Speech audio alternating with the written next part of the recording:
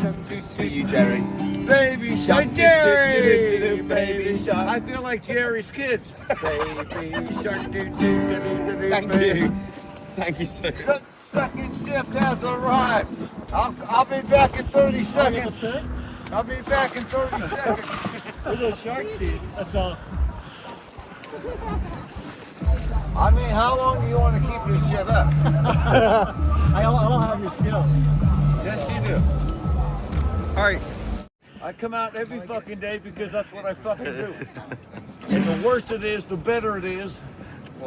Every single day, all the kids, I can always say, baby shark dee dee dee dee dee dee, baby shark dee dee dee, and they sing, daddy, daddy or mommy, and then, you're not gonna believe it, open your hands. I give them baby shark teeth because I know baby shark, and that's fucking genius. So just so you know that's going on. The temperature is one thing, snow is another thing. It can be 30 degrees, I'm freezing, nothing's going on.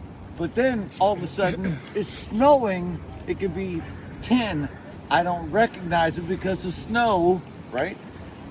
So our ancestors were not, how do you say, empirically inclined to say like, this means this and that, like the sun is just this thing over here. The sun was the sun.